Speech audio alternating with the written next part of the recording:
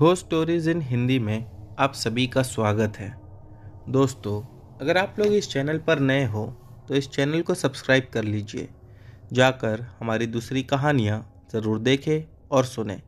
आप लोगों को बहुत मज़ा आएगा। साथ ही साथ डिस्क्रिप्शन बॉक्स में हमारा व्हाट्सएप का नंबर है और ईमेल आईडी का लिंक है। अगर आप में से कोई हमें अपनी कहानियाँ भेजना चाहता है तो उस लिंक पर क्लिक करके हमें अपनी कहानियाँ भेज सकता है। चलिए बढ़ते हैं हमारी कहानियों की ओर। दोस्तों, हमारी आज की कहानी साकेत की है। चलिए इनकी कहानी शुरू करते हैं। मेरा नाम साकेत है। मैं वैसे तो नॉर्थ इंडिया का रहने वाला हूँ, लेकिन किसी काम के सिलसिले में मुझे नॉर्थ ईस्ट इंडिया में जाकर रहना पड़ा था। दोस्तों, ये घटना तो आज से लगभग 19 साल पुरानी है। मैं आप लोगों को घटना कुछ विस्तार में बताना चाहूँगा, जिससे आप लोग उस घटना को बराबर ठीक से समझ पाए। मैं, मेरी पत्नी और मेरा एक बेटा था। मैं मेरे बेटे को राजू कहकर बुलाता था। हमारी फैमिली काफ़ी अच्छी थी। जब हम नॉर्थ ईस्ट इंडिया में जाकर रहने लगे तब शुरू में तो सब कुछ अच्छा चल रहा था।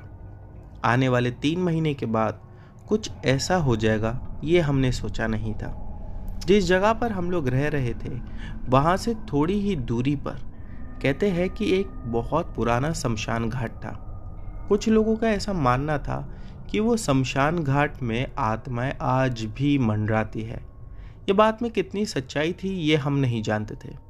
मेरी जो पत्नी थी उसे भूत प्रेत के किस्से सुनना बहुत पसंद थे। एक दिन जब मैं काम पर से लौटा तो वो मुझसे कहने लगी कि वो शमशान घाट के पास जाने के लिए लोग मना करते हैं।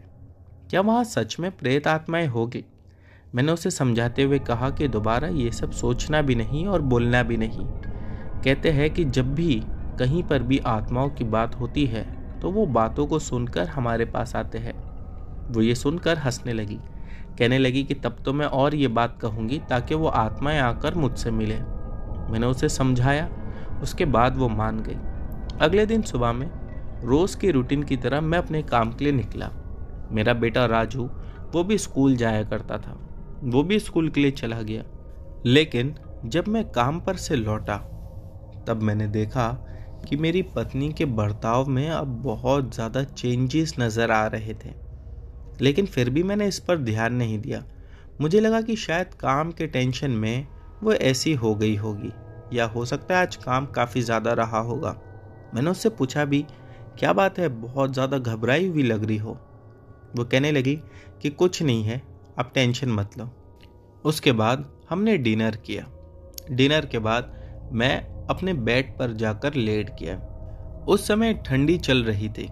मैंने मेरी पत्नी से कहा कि ठंडी काफ़ी ज़्यादा है तो हम लोगों को दूध गर्म करके दे दे ताकि हम दोनों ही, यानी मैं और मेरा बेटा, दूध पीकर सो जाए। मेरी पत्नी किचन में दूध लाने के लिए गई और लगभग पौना घंटा हो चुका था कि वो दूध लाकर ही नहीं दे रही थी। ना ही तो मेरे कहने पर वो लौटकर मेरे पास आ रही थी। मैं आप लोगों को घर के भी बारे में कुछ बताना चाहता हूँ। मेरे जो बेडरूम था घर का, वहाँ से लेफ़्ट साइड में किचन था और राइट साइड में मंदिर बनी हुई थी। मेरी पत्नी जो अब तक दूध नहीं लाकर दे रही थी, मैंने मेरे बेटे से कहा कि जा तू जाकर देख कर आ, तेरी मम्मी कहाँ है। वो उठकर जब किचन में गया तो उसने ज़ोर से एक चीख लगाई। उसकी आवाज़ सुनकर मैं भी जल्दी जल्दी किचन की तरफ भागा। वहाँ जाकर मैंने देखा कि मेरी पत्नी वहाँ पर बेहोश पड़ी हुई थी और दूध जो कि गैस पर रखा हुआ था वो पूरा जल कर ख़त्म हो चुका था। मैंने मेरी पत्नी को उठाने की बहुत कोशिश की, लेकिन वो उठी ही नहीं। उसके बाद जल्दी से उसके चेहरे पर पानी मारा, जिसके बाद वो होश में आई और उठकर हम लोगों को ऐसा देखने लगी जैसा कि शायद आज वो पहली बार हमें देख रही हो। यानी कि एकदम से ही ब्लैंक हो चुकी थी। उसे नहीं समझ में आ रहा था कि वो वहाँ कैसे पड़ी हुई थी। मैंने उसे उठाकर बेड पर लाया। मैंने उससे पूछा कि क्या हुआ था। वो कहने लगी, पता नहीं, मैं किचन में खड़ी थी, फिर मुझे ऐसा लगा कि आपने आवाज़ दिया तो मैं वहाँ से मुड़कर जैसे ही कमरे की तरफ आगे बढ़ी तभी सामने मंदिर देखकर मैं एकदम से डर गई। और फिर ऐसा लगा कि कोई मुझे खींचता हुआ मेरे मुंह को बंद करके किचन में ले जा रहा है। मैंने हाथ पैर मारने की भी बहुत कोशिश की, लेकिन उसके बाद मुझे कुछ याद नहीं। मैंने उससे कहा, मंदिर देखकर तू डर गई, ऐसा क्या है? मैं उठकर दोबारा से मंदिर को देखा तो बिल्कुल ठीक था। दोस्तों, यहाँ तक भी हो चुका था, लेकिन मैं पागल ये नहीं समझ पा रहा था कि शायद मामला कुछ अलग ही है। अब रात में हम लोग सो गए। करीब 1:30-2 बजे मेरी आवाज़ से आँख खुली। जब मैं उठकर देखा तो मेरी पत्नी कहीं पर भी दिखाई नहीं दे रही थी, और जो मेरा बेटा हमारे बीच में सोया करता था वो अब बिस्तर पर नहीं था। मैं उसे पहले ढूंढने लगा। जब मैंने देखा तो वो सामने जो हमारा हॉल या लिविंग रूम था वो वहाँ पर ज़मीन पर पड़ा हुआ था, और उसके चारों ओर लाल कलर का कुछ चीज़ बिखरी हुई थी जो देखकर समझ नहीं आ रही थी। मैंने जल्दी से कमरे की लाइट्स को ऑन किया और फिर देखा तो वो सिंदूर था जो चारों ओर उसके बिखरा था। मैं मेरी पत्नी को ढूंढने लगा तो मैंने देखा कि किचन में वो एक चक्कू को धार कर रही थी, यानी पत्थर पर घिस रही थी। मेरा बेटा अब भी वहाँ पर सोया पड़ा था। मैं देखकर उसे ज़ोर से चिल्लाया, क्योंकि उसका इतना भयानक रूप मैंने आज तक नहीं देखा था। उसके बाल पूरे खुले थे और उसने अपने भी मुंह पर सिंदूर लगा कर रखा था। उसके हाथ पैर में भी उसने कुछ अजीब सी चीज़ें डाल रखी थी। समझ नहीं आ रहा था वो क्या है, और ऐसा लग रहा था कि उसके हाथों पैरों पर किसी ने नाखूनों से नोच दिया है, जिस वजह से उसके हाथ पैर से खून भी जा रहा था। मैंने जब उसे चिल्लाकर आवाज़ दी, वो एकदम से मुझे देखी और वहीं पर वही छुरी लेकर दौड़ते हुए मेरी ओर आई कि वो मुझ पर हमला कर सके। मैं जल्दी से वहाँ से भागा और अपने बेटे के पास जाकर खड़ा हो गया। मुझे डर था कि कहीं वो मेरे बेटे पर हमला ना कर दे। ठीक वो कुछ वैसा ही करने वाली थी। मैंने उसे बहुत मुश्किल से रोका, लेकिन वो मुझसे कंट्रोल नहीं हो रही थी। 2 से 3 मिनट के बाद उसने मुझे धक्का दिया और फिर वो मेरे बेटे की ओर आगे बढ़ी। कहीं अब मुझे समझ आने लगा था कि क्यों जब वो मेरे कमरे में आ रही थी तो मंदिर देखकर वो डर गई थी। मैंने अपने बेटे को उठाया और तुरंत ही उसे गोद में लेकर मंदिर के सामने जाकर खड़ा हो गया, जिसके बाद मेरी बीवी आगे ही नहीं आ पा रही थी। मैं वहीं पर खड़ा था और अब मन बना लिया था कि शायद पूरी रात मुझे यहीं पर निकालनी पड़े। कुछ समय के बाद वो बिल्कुल नॉर्मल होकर मेरे पास आई। कहने लगी, अरे आप यहाँ क्या कर रहे हो? मैंने कहा कुछ नहीं। कहने लगी, चलो सोते हैं। मैंने कहा नहीं, अभी नहीं सोएंगे। तो कहने लगी, क्यों, क्या हुआ? मुझसे कोई गलती हुई क्या? वो ऐसा रिएक्ट कर रही थी जैसा उसे कुछ पता ही नहीं। मैंने कहा कि कुछ भी नहीं हुआ है। उसके बाद वही मंदिर के सामने ही हमने अपना बिस्तर लगाया और हम तीनों ही वहीं पर सोए। अगली सुबह उठकर मैं काम पर जाने की जगह सीधा अपने दोस्त के पास पहुंचा और उसे सारी बात बताया। अब मुझे इतना ज़्यादा डर नहीं था, क्योंकि घर पर मेरा जो बच्चा था वो नहीं था, वो स्कूल गया हुआ था। मैंने जब मेरे दोस्त को सारी बात बताई तो उसने कहा कि बात तो बहुत गंभीर है। काम करते साकेत, हम किसी पुजारी जी से जाकर मिलते हैं और उनको इसके बारे में बताते हैं। हम जाकर एक पुजारी जी से मिले और उन्हें ये सारी बात बताई। पुजारी जी ने तुरंत ही कहा कि ठीक है, मैं अभी इसी समय तुम्हारे साथ तुम्हारे घर पर चलता हूँ। हम पुजारी जी को घर पर ले आए। जैसे ही पुजारी जी, मैं और मेरा दोस्त घर के बाहर खड़े होकर दरवाज़ा खटखटाए, अंदर से मेरी पत्नी की गुर्राते हुए आवाज़ आई, ये पुजारी को क्यों लाया साथ में? इसे बोल जाने। मैं दंग रह गया कि मेरी पत्नी को कैसे पता कि बाहर मेरे साथ में पुजारी जी भी है। पुजारी जी ज़ोर से कहने लगे कि दरवाज़ा खोल, जिसके बाद मैं और मेरा दोस्त दरवाज़ा खोलने की कोशिश करने लगे। हम ज़ोर ज़ोर से धक्का दे रहे थे। आखिरकार दरवाज़ा खुल गया। जैसे ही हम तीनों अंदर घुसे, मेरी पत्नी सामने ही खड़ी हुई थी। हाथ में उसके अब भी चक्कू था और सिंदूर उसने अपने जिस्म पर लगा कर रखा था।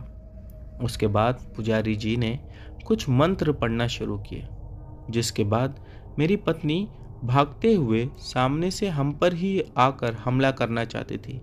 लेकिन जैसे ही वो पुजारी जी के पास पहुंची, उन्होंने उसका हाथ पकड़ लिया, जिसके बाद वो ज़ोर ज़ोर से चिल्लाने लगी, मेरा हाथ छोड़, मुझे जल रहा है। उसके बाद उन्होंने अपना अंगूठा मेरी पत्नी के सर पर रखा, जिसके बाद वो बेहोश होकर वहीं पर गिर गई। फिर उन्होंने कुछ मंत्र पढ़ना शुरू किए और उनके पास एक मटकी थी, वो मटकी निकाल कर खोल दी। वो कहने लगे कि अब देखना, वो आत्मा जहाँ से आई है वहीं चले जाएगी। और वो कुछ अलग ही भाषा में बात करने लगे, जो मुझे तो नहीं समझ में आ रही थी। जिसके बाद मैंने मेरे दोस्त से पूछा तो उसने बताया कि बहुत सालों पहले बंगाल में और नॉर्थ ईस्ट के काफ़ी सारे स्टेट्स में ये भाषा बोली जाती थी। ना उसे समझ में आ रही थी वो भाषा और ना ही मुझे। जिसके बाद मैंने उनसे पूछा कि आपने क्या कहा। वो कहने लगे कि यह आत्मा कई 100 साल पुरानी है, इसीलिए मैंने आत्मा की ही भाषा में उससे बात किया। लेकिन अब फिक्र करने की कोई बात नहीं, दोबारा वो आत्मा नहीं आएगी, जहाँ से वो आई थी वो वहीं चले गई। इतना कहकर वो मेरे घर के बाहर निकले और वहाँ रुके। फिर पीछे मुड़कर मुझे देखकर कहने लगे कि तुम्हारी पत्नी को बोलना, जो शमशान घाट के पास वो गई थी, अब दोबारा वहाँ नहीं जाए, क्योंकि वहाँ सच में दुष्ट आत्माएं आज भी रहती है। इसके बाद मुझे समझ आ चुका था कि मेरी पत्नी ज़रूर उसी शमशान घाट के पास गई रहेगी, जिस वजह से ये सब हुआ। दोस्तों, ये घटना आज भी जब हम लोग याद करते हैं तो दिल दहल जाता है। मेरा दोस्त कई बार मस्ती में आज भी मुझसे कहता है कि वो दुष्ट आत्मा तो चले गई, लेकिन तेरी पत्नी अब कैसी है। तो दोस्तों, ये थी हमारी साकेत जी की कहानी। बढ़ते हैं अगली कहानी की ओर। दोस्तों, हमारी अगली कहानी रजित की है। चलिए इनकी कहानी शुरू करते हैं। मेरा नाम रजित है। मैं एक स्कूल में पढ़ाता था। वो स्कूल 3 माले की थी। वो स्कूल गांव से थोड़ा बाहर साइड में थी और स्कूल काफ़ी अच्छी और बड़ी थी। लेकिन हाँ, जैसा कि आप लोगों को भी पता होगा कि गांव में भूत प्रेत की कहानी किस्से बहुत सुनने को मिलते हैं। ऐसा ही कुछ उसके भी बारे में मैंने सुना था। लोग कहते थे कि वो स्कूल में भूत घूमते हैं या स्कूल भूतिया है। लोग कई सारी बातें करते थे, लेकिन मैं उन सब पर इतना ज़्यादा विश्वास नहीं करता था। फिर मेरे साथ कुछ ऐसा हुआ जो सच में मेरे मन को और मेरे दिमाग को हिला दिया। दोस्तों, ये बात तो वैसे कई साल पुरानी है, लगभग 14 साल बीत चुके हैं। जब मैं उस स्कूल में पढ़ाता था, तभी कुछ ऐसा हुआ कि जिसके बाद मुझे ये बात समझ में आई कि लोग यहाँ पर क्यों 6 महीना या 1 साल ही काम करके स्कूल को छोड़ देते हैं। उस स्कूल में 2 क्लर्क थे। एक का नाम था नौबत, एक का नाम था शशि। जो शशि था वो सीनियर क्लर्क था। मैं उससे काफ़ी ज़्यादा घुल मिल गया था। हम दोनों की हंसी मजाक भी बहुत चलती थी। मुझे वो अच्छा भी लगता था, बहुत इनोसेंट लगता था। एक बार हमारे स्कूल में जब स्पोर्ट्स कंपटीशन होने लगा तो सारे ही बच्चे नीचे हुआ करते थे ग्राउंड में। मुझे कुछ काम था, जिस वजह से मैं फर्स्ट फ्लोर पर था। स्टाफ रूम में मैं अपना काम ख़त्म करके जब नीचे की ओर जाने लगा तो मुझे ऐसा लगा कि मुझे कोई आवाज़ दे रहा है, और वो आवाज़ शशि की ही शायद थी। मैं पीछे मुड़कर देखा तो पीछे कोई भी नहीं था। मैंने उससे चिल्लाते हुए पूछा, तुम कहाँ हो? तो आवाज़ आई कि मैं ऊपर हूँ। मैं ऊपर 2nd फ्लोर पर गया, वहाँ पर भी कोई नहीं था। लंबा सा कॉरिडोर, लेकिन वहाँ पर कोई दिखाई नहीं दे रहा था। फिर मुझे लगा हो सकता है शशि 3rd फ्लोर पर होगा। स्कूल में 3rd floor, 2nd floor, 1st floor पर कोई नहीं था, क्योंकि सारे ही बच्चों का नीचे स्पोर्ट्स चल रहा था। मैं 3rd फ्लोर पर भी जाकर देखा, लेकिन वहाँ कोई नहीं था। उसके बाद मैंने सोचा कि चलो वॉशरूम चला जाता हूँ, फिर नीचे चला जाऊँगा। मैं वॉशरूम चला गया। वॉशरूम से जब मैं बाहर निकला तो मुझे शशि दिखा। शशि को मैंने देखकर कहा कि अरे, तुम मुझे क्यों कब से आवाज़ दे रहे थे? वो कहने लगा कि मैंने आपको आवाज़ नहीं दिया। और काफ़ी अजीब वे में वो मुझसे बात कर रहा था। मैंने कहा चलो ठीक है, नीचे आ जाओ। वो कहने लगा आप जाओ, मैं आता हूँ। उसके बाद मैं नीचे आ गया। अचानक से मुझे एक काम याद आया, तो मैं कुछ 4 या 5 सीढ़ी उतरकर दोबारा पीछे मुड़कर देखा कि उसको वो काम बता दूं। लेकिन जब पीछे मुड़कर देखा तो वो कोई नहीं था। कॉरिडोर काफ़ी ज़्यादा लंबा था, फिर भी वो कहीं दिखाई नहीं दे रहा था। मैं फिर नीचे चला गया। स्पोर्ट्स का पूरा दिन ख़त्म हुआ। उसके बाद अगले दिन जब मैं स्कूल दोबारा गया तो मैंने शशि को मिलकर पूछा कि कल तुम कहाँ चले गए थे। तो कहने लगा कहाँ चले गया था मतलब? मैंने कहा कि कल तुम मुझे ऊपर 3rd फ्लोर पर मिले, उसके बाद पूरे दिन भर दिखाई नहीं दिए। तो कहने लगा सर, कल मैं स्कूल आया ही नहीं था। मेरी तबीयत काफ़ी ज़्यादा ख़राब थी, इस वजह से मैं घर पर ही था। उसकी ये बात सुनकर तो मेरा दिल एकदम से बैठ गया। मैंने उससे पूछा कल तुम्हारी तबीयत खराब थी, तो कल जिससे मैं मिला वो कौन था? वो मुझे देखता रहा, फिर देखकर कहने लगा क्या सर, अब भी मजाक कर रहे हो? और ये कहकर वो आगे बढ़ने लगा, लेकिन तुरंत ही मैं उठा और उसका हाथ पकड़ा। फिर मैंने उससे कहा कि मैं कोई मजाक नहीं कर रहा, कल मैंने देखा था तुमको और तुमसे बात भी किया था। जिसके बाद उसने मुझे कहा कि ठीक है, हम इस बारे में बाद में बात करते हैं, अभी मुझे काम है। पूरा दिन बहुत मुश्किल से मेरा वहाँ बीता। मेरे दिमाग में बस वही चीज़ चल रही थी कि क्या वो सच में मेरे साथ मजाक कर रहा था या जो मैंने देखा वो सच था। जब स्कूल ख़त्म हुआ और जब हम निकलने लगे तो मैंने शशि को बुलाकर पूछा कि क्या बात है, मुझे सच बताओ। उसने फिर कसम खाकर कहा कि मैं कल आया ही नहीं था, आप चाहिए तो मेरा अटेंडेंस चेक कर लो।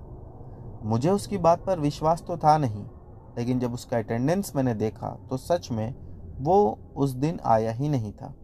मैंने उससे पूछा कि शशि ऐसे कैसे हो सकता है? वो कहने लगा कि आप नहीं जानते हो ना सर, इसी वजह से। यहाँ पर आपने कभी सुना है कि किसी टीचर को अब तक के 5 या 7 साल हो गए? मैंने कहा नहीं, मैंने अभी तक के कोई इतनी ओल्ड टीचर को नहीं देखा जिसे काम करते हुए इतना समय बीत गया हो। फिर उसने कहा कि सर ऐसे ही यहाँ पर होता है, यहाँ जो भी टीचर आती है वो कुछ ही समय में काम छोड़कर जाती है, या तो उनके साथ कोई अनहोनी होने लगती है या फिर वो किसी चीज़ से भयभीत हो जाती है। मैंने शशि को कहा तुम्हें यहाँ काम करते हुए कितना समय हुआ? वो कहने लगा कि सिर्फ मैं और दूसरा जो क्लर्क है, हम दोनों ही यहाँ पर बहुत सालों से काम कर रहे हैं। मैंने कहा कि तुम्हें डर नहीं लगता? वो कहने लगा कि डरने की बात तो अलग है, लेकिन हाँ, अब इतने साल हो चुके हैं तो हमें ये चीज़ पता है कि कब कहाँ हमें नहीं होना चाहिए। मैंने उसकी ओर देखा, फिर मैंने कहा कि पहेलियाँ मत बुझाओ, मुझे सच सच बताओ क्या बात है।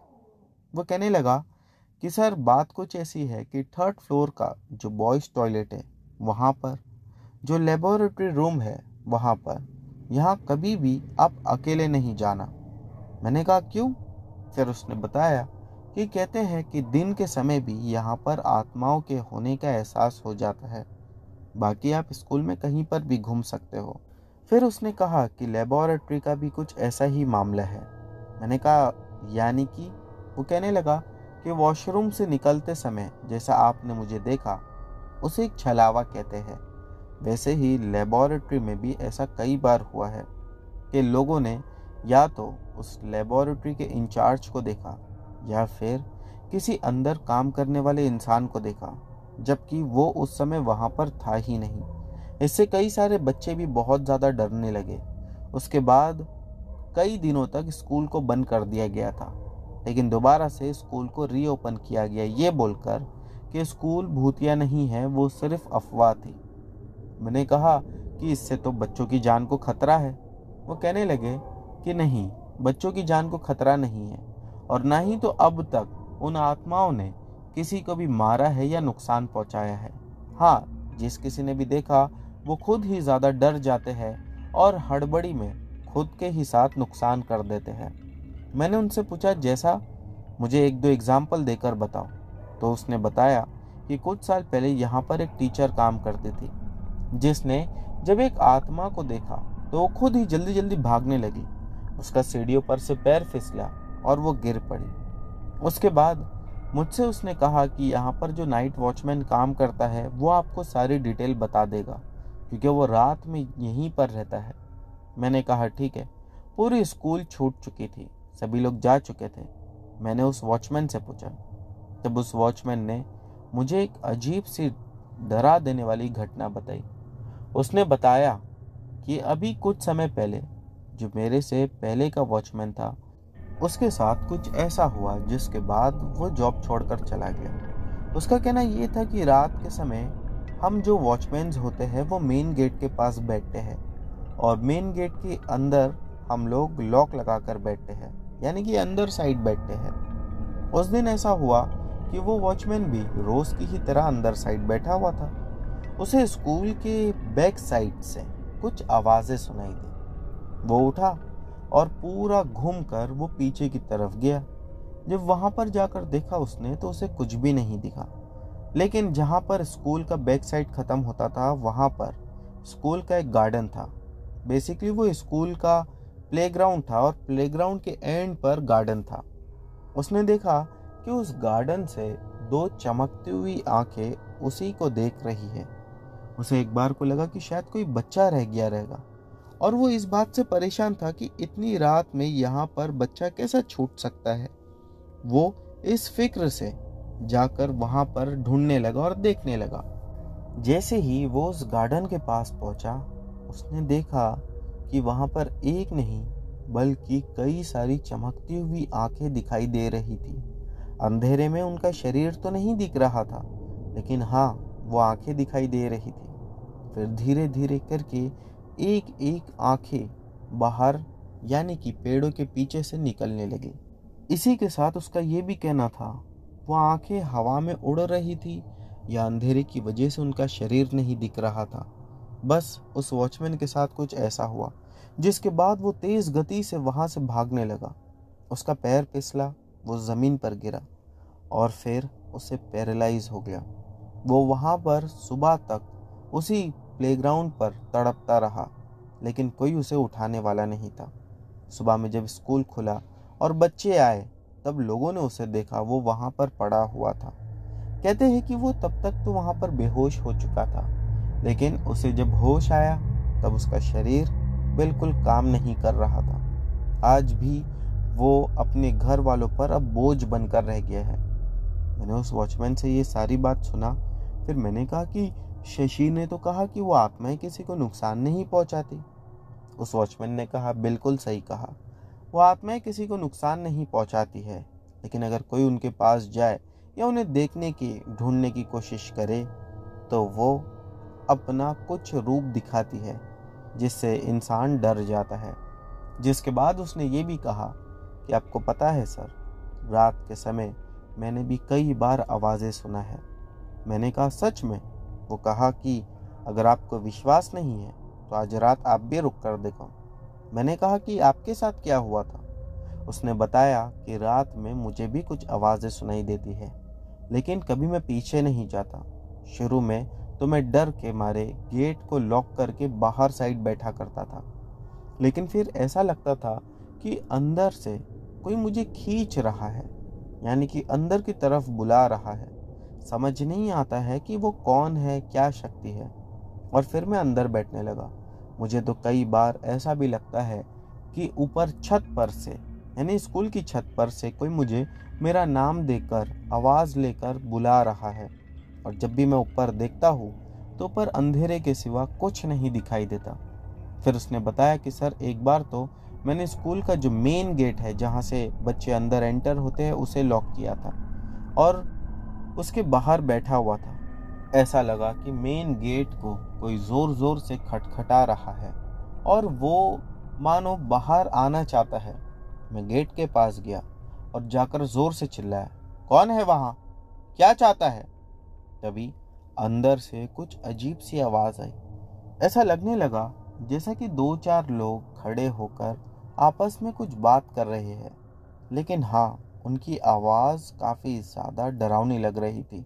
मैंने इसी वजह से अपने कान को उस दरवाजे पर लगाया, तो उसके बाद मेरे कान में से अपने आप खून आने लगा। दोस्तों उसके बाद जब उसने मुझे अपना कान दिखाया तो उसके कान पर एक गहरा कट का निशान भी था।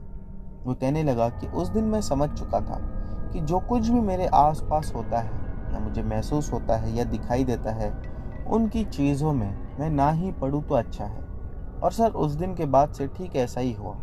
मुझे अब कोई फ़र्क नहीं पड़ता, क्योंकि अब मुझे समझ में आ चुका है कि जब तक कि मैं उन लोगों की चीज़ें जानने के लिए या उन्हें देखने के लिए आगे ना जाऊं, तब तक वो लोग मुझे नुकसान नहीं पहुंचाते।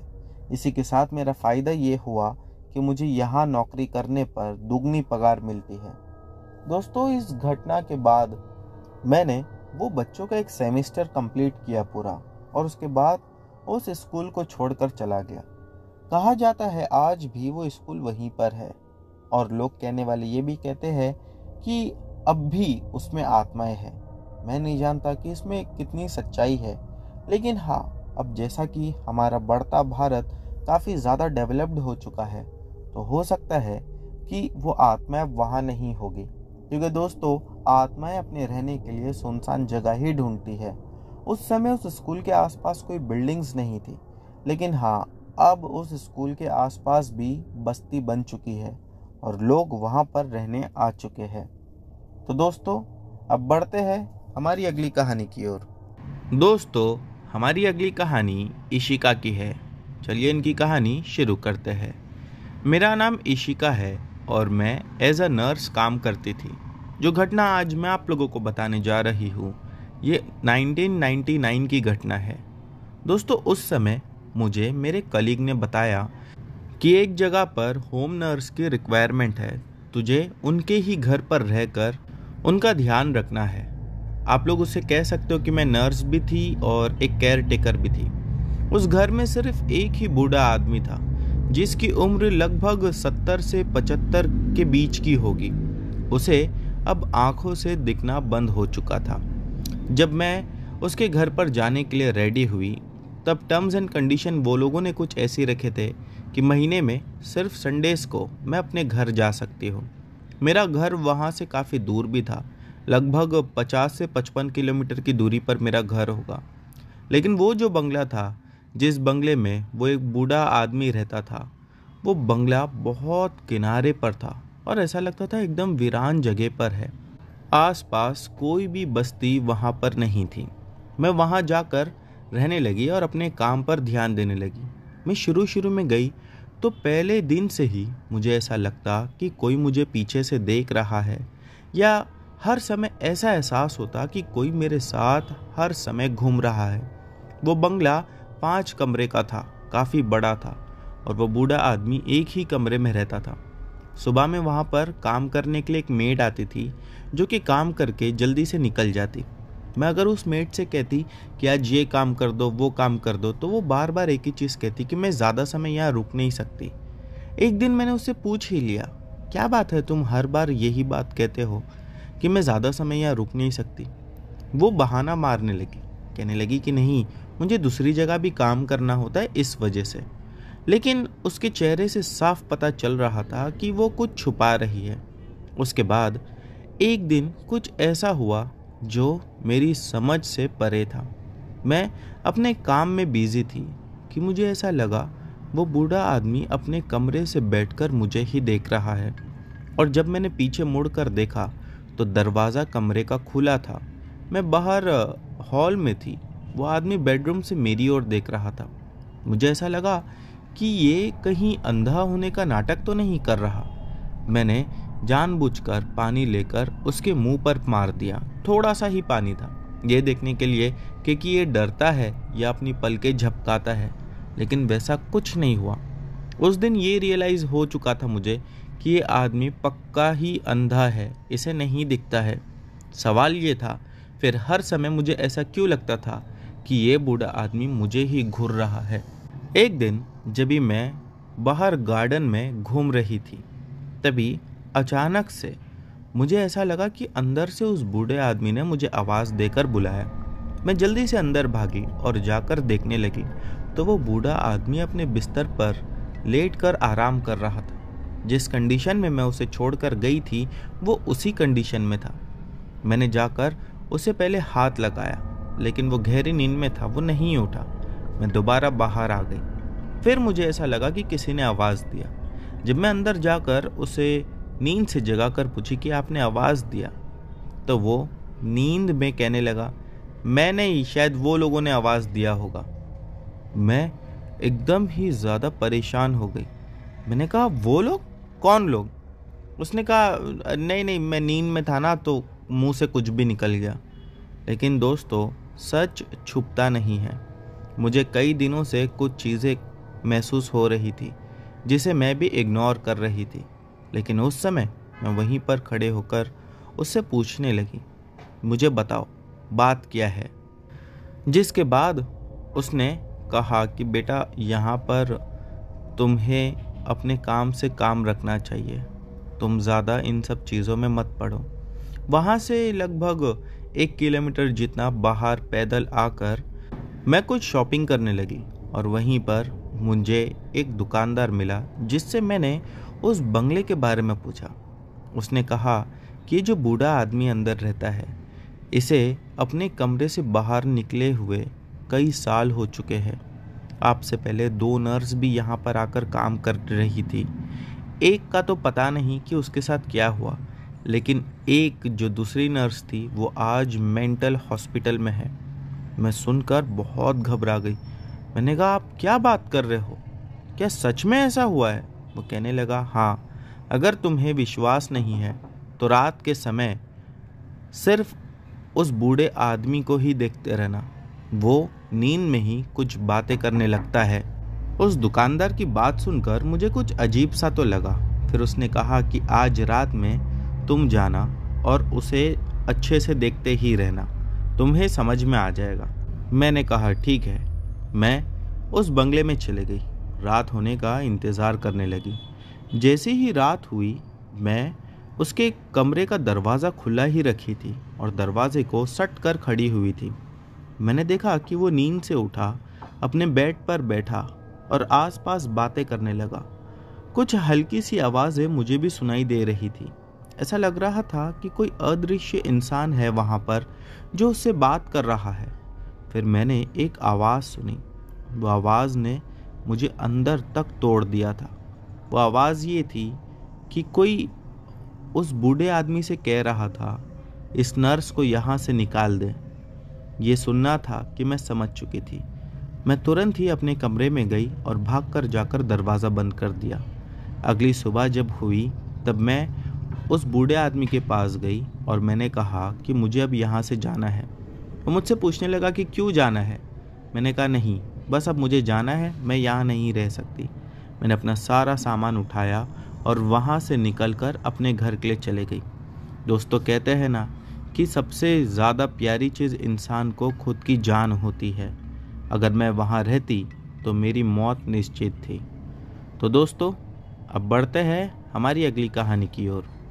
दोस्तों, हमारी अगली कहानी हमारे एक सब्सक्राइबर भाई ने भेजी है। इन्होंने अपना नाम बताने से मना किया है, तो चलिए इन्हें काल्पनिक नाम अक्षत दे देते हैं। अब इनकी कहानी शुरू करते हैं। मैं आप लोगों को बता दूं कि मैंने ऐसा कुछ पहली बार अपनी लाइफ में देखा था। मैं उस समय 12 या 13 साल का रहा होऊंगा। मुझे एकदम ठीक से तो याद नहीं, लेकिन हुआ यूं था कि सिर्फ मम्मी मेरे पापा से कहती थी कि घर में कुछ तो हो रहा है, कोई चिमटी काटता है या यूं कहो कि कोई नाखून चुबाता है। कई बार उन्हें ऐसा लगता कि कोई उन्हें मारता है, और पापा को भी इस बात पर यकीन था। जो हमारा घर था वो दिल्ली में था, जहाँ मैं बचपन से ही रहता था। वैसे तो हम यूपी से बिलोंग करते हैं, पर हम दिल्ली में स्टार्टिंग से ही रहते हैं। तो हुआ यूँ कि मम्मी पापा तो साथ में ही रहते थे। रात के समय जब सोने के लिए वो लोग अपने कमरे में अपने बेड पर लेटते, तो ऐसा लगता कि मम्मी को कोई चिमटी काटा। मम्मी तब पापा को बोलती कि आपने चिमटी क्यों काटा? पापा कहते कि मैंने कुछ नहीं किया। ऐसा ही चलता रहा। फिर कुछ दिन बाद जब पापा उठे तो कभी पापा की पीठ पर तो कभी पापा के फेस पर सिंदूर या हल्दी लगी रहती थी। मम्मी कहती भी थी कि ये सब क्या है। पापा को भी समझ नहीं आ रहा था, क्योंकि मम्मी रात में तो सिंदूर लगा के सोती नहीं थी। ये सब नॉर्मल नहीं था, यानी ऐसा लगता था कि कुछ अजीब सा हो रहा है। एक दिन मेरे पापा मम्मी में किसी बात को लेकर बहस हो गई। पापा मम्मी से 2 दिन बात नहीं किए थे और उनके बीच में बात भी नहीं हो रही थी। ना ही पापा घर पर खाना खा रहे थे, वो बाहर से ही खाना खा कर आ जाया करते। वो समय गर्मी चल रही थी, गर्मी का मौसम था और गर्मी ऐसी कि पूछो मत। वैसे तो हम 5 भाई बहन थे और मेरे मम्मी पापा, जो रात में अब इस समय अलग रूम में सो रहे थे, अकेले, जिसका एक डोर अंदर और एक बाहर की तरफ खुलता था। और पापा मम्मी की बहस के कारण बाकी सब अंदर वाले रूम में सो रहे थे और पापा अकेले ही। रात के 12:30 बजे होंगे कि हमारे घर की लाइट चले गई। अब गर्मी का मौसम था तो बिना पंखे के हालत ही खराब हो गई थी और रूम में भी एकदम सन्नाटा सा छा गया था।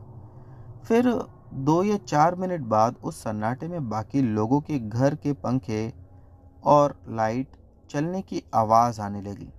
मम्मी ने कहा, लाइट तो बाकी घरों में है, सिर्फ हमारे ही घर में शायद नहीं है, क्योंकि वहाँ से तो आवाज़ें आ रही है।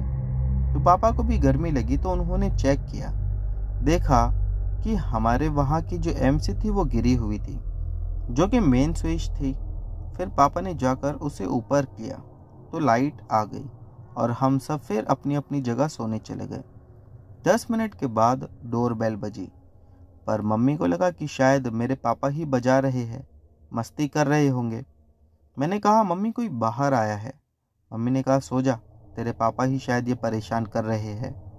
इतने में 10 मिनट बाद दोबारा बेल बजी तो पापा अपने रूम से निकल कर बाहर आए और मम्मी को डांटने लगे कि डोर बेल बज रही है तो तुझे सुनाई नहीं देता है या तू जाकर देख नहीं सकती। इस पर मम्मी ने कुछ नहीं कहा। फिर पापा ने मेन डोर खोला तो देखा कि वहाँ कोई नहीं था। फिर उन्होंने दोबारा कहा कि कोई नहीं है, सो जाओ। तब उसके 5 मिनट बाद ही जो हमारा मेन स्विच था वो दोबारा गिर गया। अब मेरे पापा सतर्क हो गए, ये सब नॉर्मल नहीं है।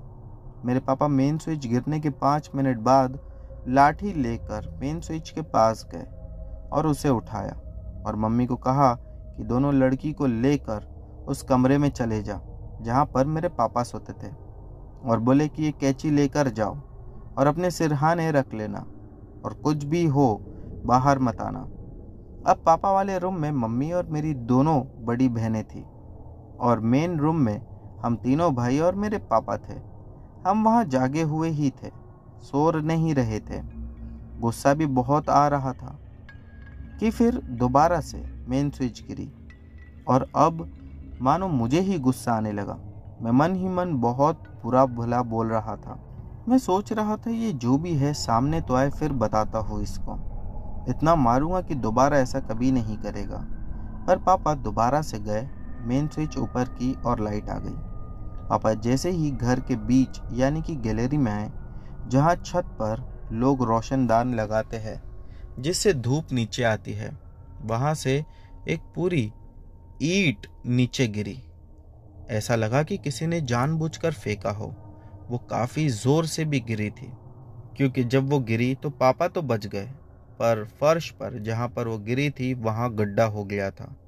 ज़्यादा बड़ा तो नहीं, लेकिन हाँ ईंट के साइज़ का। अगर वो मेरे पापा पर गिरती तो शायद कुछ और ही होता, पर भगवान की कृपा से सब ठीक थे। मेरे पापा ने फिर लाठी उठाई और छत पर चले गए देखने के लिए कि किसने ये फेंका है इतना बड़ा पत्थर। पापा 5 मिनट बाद वापस आए और बोले, ऊपर कोई भी नहीं है। तब तक मैं डर चुका था और मुझे गुस्सा भी आ ही रहा था। पापा ने कहा, जाग मत, सो जा, मैं कुछ नहीं होने दूंगा।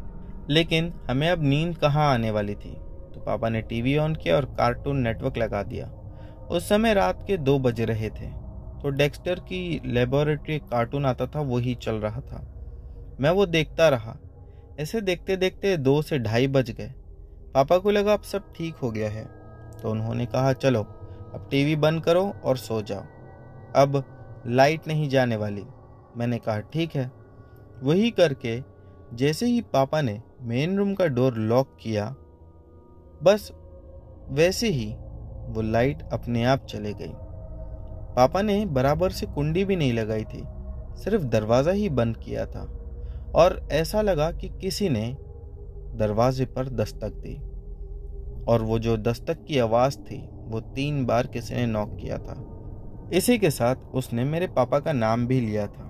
मैं अपने पापा का नाम तो नहीं बताऊंगा। उसकी आवाज़ ऐसी थी जैसे कि पतली सी और कोई नाक से बोल रहा हो।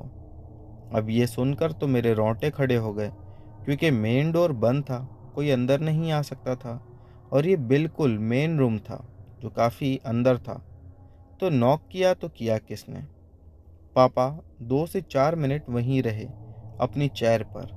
उसके बाद उन्होंने दोबारा से लाठी उठाई और देखा कि रूम के बाहर खून के छींटे पड़े हुए थे जो छत की ओर बढ़ रहे थे। तभी मम्मी ने भी अपना रूम का दरवाज़ा खोलकर बाहर आ गई। उन्होंने जब देखा तो वो गंगा जल लेकर आई जो उसी रूम में था जहाँ पर मैं सो रहा था।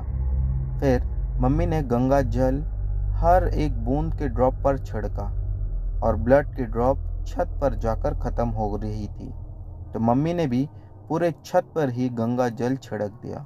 उसके बाद भी हमें थोड़ा सा तो डर लग रहा था, लेकिन गंगा जल छिड़कने के बाद कुछ नहीं हुआ। उसके बाद हम लोग सब सोने चले गए और फिर उस घर में ऐसा कुछ नहीं हुआ। शायद गंगा जल के छिड़कने से दोस्तों सब चीज़ें ठीक हो चुकी थी। तो दोस्तों, ये थी हमारी आज की सभी कहानियाँ।